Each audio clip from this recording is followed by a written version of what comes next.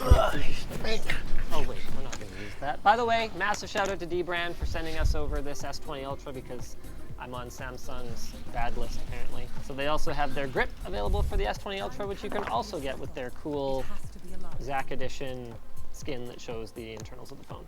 It's available in glossy, or actually my preference is definitely the matte one. This one looks nicer in my opinion. But I'm not going to show it to you because you're going to have to go over on dbrand's website and check it out there. Ha! There's a link below. They're not Indian. They are.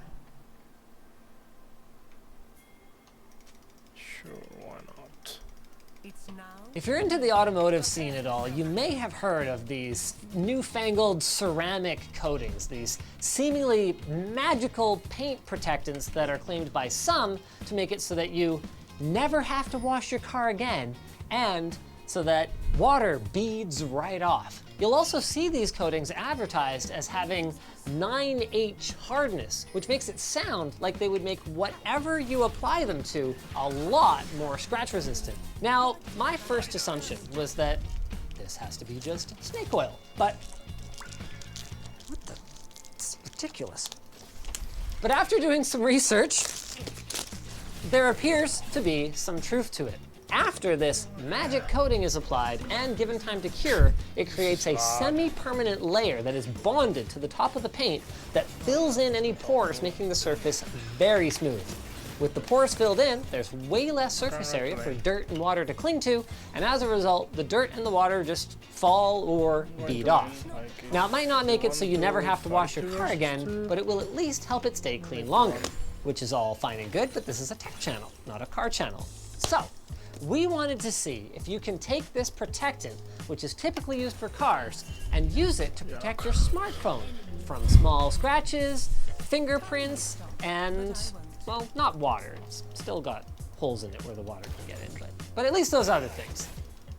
And this video is brought to you guys by iFixit. The iFixit Mahi driver kit includes their 1/4-inch aluminum screwdriver handle with a magnetic bit socket, knurled grip and swivel top, and 48 driver bits. Check it out at the link in the video description. We bought this kit online, and theoretically it has everything that we need to apply it ourselves. So on a car, what you would normally do is a complete paint correction to remove any dirt and contamination that was already present in the car's paint so that the coating would properly adhere and not lock any dirt underneath it. For us,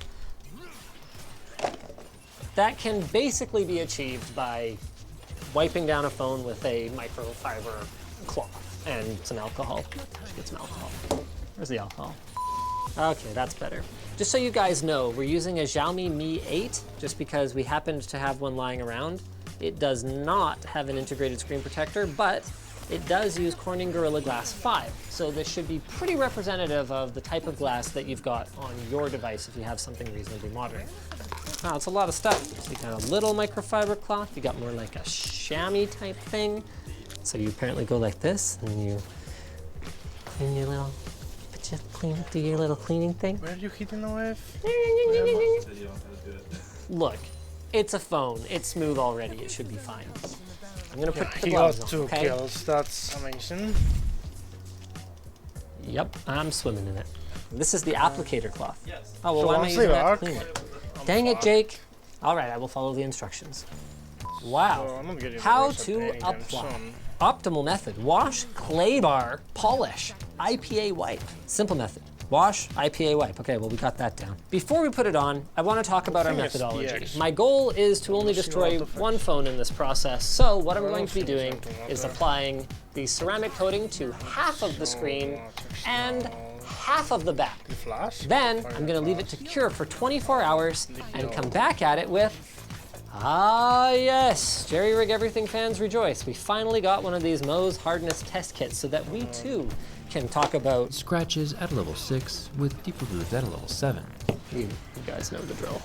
So basically the way Mohs scale of hardness works is the harder materials, so the ones with higher numbers, should scratch the softer materials, so the ones with lower numbers, and the softer ones should not scratch the harder ones. And so they've got all these different picks in here, and then they've actually got this handy dandy little scale that shows which materials my picks should be able to scratch and which ones they shouldn't. Diamond comes in at a hardness of 10. So that is the maximum according to Mohs hardness scale. And if the specs on this ceramic coating are to be believed, it would be nearly as tough as diamond. That would be very impressive given that Gorilla Glass 3 is estimated to be somewhere in the 5.5 to 6.5 range. I remember we got this test when I was in probably grade 5 or 6, and the first question on the exam was, read through the entire exam before you begin. And then it was just a normal exam. And then the last question was, good job, you read through the entire exam before you started. Do not fill out any of the other questions, just turn it in blank. And it was like a test on following instructions. I did, actually. Turns out I can do it, I just don't. Okay, wipe a thin layer across the car surface. Dang it! I should have read the whole instructions before I started. All right. Okay. Stuff stinks. I don't know how to get around the camera bump. Why did we accept this as consumers? Let the coating sit, then remove the residue by lightly buffing with a microfiber towel. Yeah, I can definitely see the excess coming up. I wonder how this differs from the nano coating screen protector that we dragged behind my motorbike a number of years ago. That stuff worked really well though. I was very impressed, so maybe I'll be impressed tomorrow. Yeah, of course, the sales materials are different from the manual. The longer it stays dry, the better, as it will continue to cure. Allow at least 48 hours for initial drying and avoid water, rain, or snow on the car. We don't recommend that you wash or expose the car to water for 4 to 7 days afterwards. What the fuck are Like you there's doing? kind of a line there, Here. but I also am trying not to buff over the line because I don't want to carry material onto the part that I want to use as my control, so. Did I? Okay. Did I? Like, I knew this would come in handy for something someday. There, so I'm just putting that there so that it doesn't accidentally touch anything while it's drying. Having waited the requisite day, I am now ready to tinker with this. So let's see if it behaves any differently on the regular glass versus the coated glass. Just want a few drops here. You know what? More drops. Let's spread these drops out of there. Should be fine. Okay, so what I want to see this guy's not is if killer. they're any more beaded on the coated part versus on the non-coated part. Bear in mind, of course, guys, that most smartphones have oleophobic coatings on them already, so I'm not really expecting a difference here. Very interesting. So while they seem to be behaving similarly, when it actually comes time to pour it off, it does pour off more easily. Let's see if we make the same observation on the back. Well, the back is quite curved, so. come rolling. Push the wave. Again, very similar looking behavior. This is the coated side, but it's time to tip it. Oh, interesting. It actually came off less easily. Now I'm going to use my greasy fingerprints to grease up the phone. And what can I do with this? I don't notice any appreciable difference in readability. Wait, is this thing dead? Yana's gonna die. Oh, damn it. I can't say I notice any appreciable difference in image clarity with the screen on, but a lot of the time what separates the good from the bad when it comes to screen coatings is how easy it is to wipe off grease. So I'm gonna try to wipe that side, take a clean part of the cloth, try to wipe that side. Wow, that's really similar. Okay, let's try my microfiber. I'll wipe a little bit harder this time. Okay, that came pretty clean. That also came pretty clean. I wouldn't say that there's a huge difference here. All right, let's try and create a bit more of a controlled test here then. So let's put 4 fingerprints. Yo. 4 fingerprints. Okay. Then what I'm gonna do is I'm basically gonna go wipe. Okay, I so a little bit fucking remains. love it. I'll take it over. You Wipe. cannot be there. Quite a lot remains. Wipe. Oh, yeah, sure. It's gone. Interesting. I'd say it's about 3 wipes to 6 to 8 on the non-coated side. Very cool. All right, let's pull something similar on the back here then. 4, 5, oh boy, 6, 7, doesn't seem to be helping that much here. 8, 9, 10, 9, What the fuck? 10, You're freezing up to it. 11, 12. I would say that is quite a similar I result. don't think we can freeze. Let's bring out the picks now then, shall we? Start with the back. I need a different kind of marker, but I can read it well enough that it's usable. No scratch whatsoever from the 5 pick. Here I'm expecting there's no way it's gonna hold up to this. Yep, faint scratches. Can you see them? Can you see them? Yeah, you can see them? No, I can't. That's worse. Oh, Maybe? should be 3 lines here. Can you see them? I don't see that. Oh, that's hard to see. Okay, well, let's not worry about it then. And then pick 7 scratches very easily. Come. Okay. I mean, I don't know, what, do we go for overkill at this point? Push it. Okay. I'm not sure. Yeah, Wait. well, if 7 scratches, 8 obviously will. Six, I'll push it. Now, for the ceramic coated side. 4, 5, 6, 7. What do we do? Here we go. So the reason I'm retesting 4 is that I want to make sure that the ceramic coating itself won't show surface scratches or imperfections. And so far it doesn't. 6. This is where the ceramic coating could separate itself. Yeah, it's over. Interesting. Time for number 7. And the behavior is basically identical. And 7. Okay, I'm gonna just try to finish That it. seems better than 7 on the other side. We're gonna turn this up to 8. I don't fucking know what to do. Yep, like, that's definitely more they lose noticeable, the game before but I can do it anything. still Like, is better behaved this is not my when fault. it's being scratched, not splintering apart like the other side did. Time for ceramic coated. And that looks basically identical to the other one. And this is basically the same thing. Oh god, ow, I just got stabbed with the pick. It was the 8 pick. Well, I'm disappointed. I was basically expecting this stuff to turn my glass into like a diamond scratched barrier, is what I would say if I wasn't aware that this 9H hardness is actually using a completely different scale from Mohs scale. So it's actually using the same hardness scale that pencils use. So this is a 9H pencil, which is somewhere in the range of around a 3 on Mohs scale. Now, what I did notice though is that even though the ceramic coating isn't particularly hard, when I was using a 3 or 4 or even 5 pick, I didn't notice any weird residue building up where the coating was scratching off, leaving the exposed glass underneath it. So it seems to be just like a spectacularly thin coating on the glass. It's also definitely different from the liquid armor that I tested dragging behind my motorcycle all those years ago, because that, once you got under it, you could kind of scrape up and it created this kind of crusty layer over top. But this, I can't even get off even if I wanted to try to scratch it off with my fingernail. There are a couple more things I wanted to evaluate, so I just wanted to make sure that touchscreen responsiveness is still fine with the ceramic coating. It doesn't surprise me to note that, yes, in fact, it is indiscernible. And there is one more thing I wanted to try. Ow! Oh, I just stabbed myself with a pin removal tool. So I'm gonna take a couple keys that are made of different materials. I'm just gonna kind of like try to scuff and scratch the bottom of the screen here.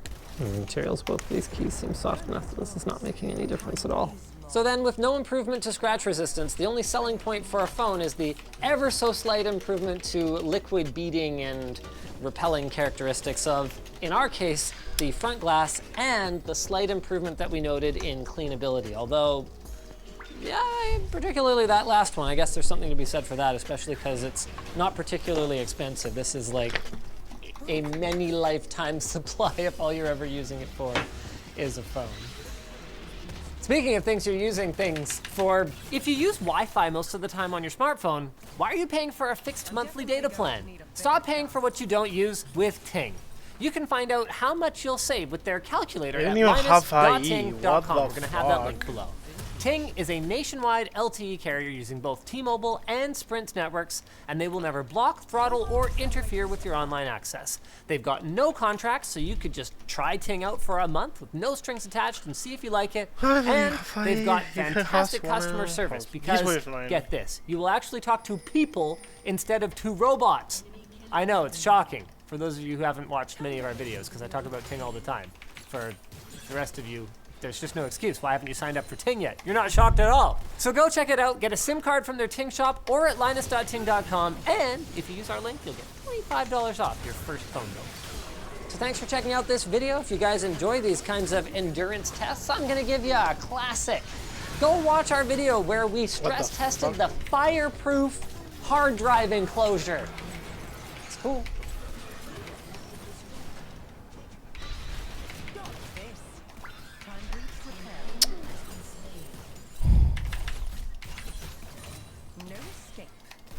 On the desk in front of me are 5 fake graphics cards. Also a water bottle at ttstore.com. That's not to say that you couldn't actually play games on these things, but rather that we strongly suspect that the games won't run the way that they're supposed to. So let's take a look at both why and how sellers on Wish.com get away with selling fake merchandise like graphics cards, and also what you can expect to receive in the mail if you do go for one of their too good to be true deals.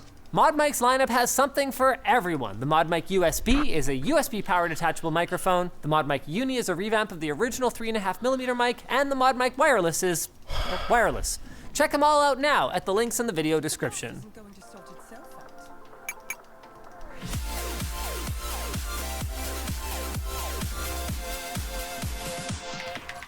When we went shopping, we wanted to focus on the most popular graphics cards on Wish, which currently are the GTX 1060 and 1050 Ti. Both of them are often sold under the same listing, and both of them have similar amazing prices of about $60 US, which made us wonder if there was actually any difference between the two. I mean, after all, these are coming from some sketchy seller in China, so if they're comfortable falsifying a listing, I mean, why not falsify it more? Why not call this an RTX 2080 Ti? Maybe because that would seem even like too good to be true. Anyway, fast forward 3 weeks and here we are. To start off, we threw each one of these cards, this was the 5th one by the way, it wasn't the water bottle, onto our test bench to verify if it would fire up at all. And the answer is actually yes. We've got our HDMI cable running through the floor here over to the TV, and lo and behold, the graphics card is working. So Colin is firing up Hardware Info, which is a useful tool for finding out what exactly is inside any PC or even PC component. And this one immediately revealed some fakery. Fake. Both the graphics card and the graphics chipset actually report completely different values. Wait, no, hold on a second. Where's the top one? The top one says it's right. This one also says fake. I think it's just scrolled over. Yeah. You gotta have there two it is. items. Okay, so check this out, guys. Both the graphics card and graphics chipset fields report back as GeForce 1050 Ti, which, if you'll recall, is what we thought we were buying, but they've actually both got fake at the beginning of it in brackets. So the weird thing is that the GPU code name is the only thing in here that's actually accurate and doesn't have a fake thing on it. So we found that all 5 of our cards ended up self-reporting as GF116 instead of the chip that we would expect to find in a real 1050 Ti, the GP107. So with the pertinent info pulled from software, the next step is to remove the coolers from these things and take a look at both the GPU dies themselves and the RAM chips that are on board these things. You know what the kind of weirdest thing is? What? Actually, you know what, I take it back. I was gonna say, like the 1060 even managed to have like a busier looking PCB, you know? But if you compare them, the only difference it's is that it got more has RAM more RAM chips. chips on it. Well, why? Oh, that is kind of bizarre. Ooh, I'm also kind of excited to use these guys. Have you used these yet? Noctua wipes? They're like ready to go? Yeah. Come on. It's ready to go. It's already wet. I'm ready to go. I'm already wet. You did the 1060? Well, the 1060. Yeah.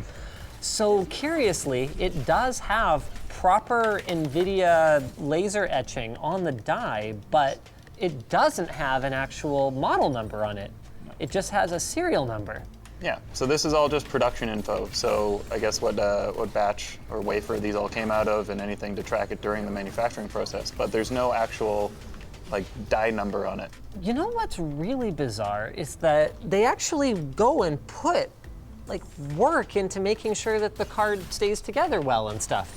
Like you see, it's got these little plastic spacers here to make sure that even though this cooler is obviously cheap and could accidentally rock and chip the die or whatever else, they're making sure that it stays stabilized so that their falsified card doesn't get damaged. I'm very curious if these were like taken from some B bin, defective bin, fixed and then resold, or like where are these coming from? It seems to be an old GPU that was harvested, kind of like we saw with those X79 motherboards that are made using repurposed server chipsets. It seems like they sourced these chips and they actually went and designed and built PCBs for them. Like it seems to be brand new. I mean, there are minor differences that we can see here. Like some of the RAM chips are like Hynix, some are Samsung, some are a brand I'd never heard of. Here, let's pull apart some more. Yeah, this one's Samsung. Oh, this one's got Elpida chips. Yes, Elpida, that's the one I hadn't heard of. Oh, okay. Yeah, no, they're a thing. Not typically used in graphics cards from my experience over the last little while. Well, this one actually has the right connector, which is funny. All of these other boards have a 4-pin connector.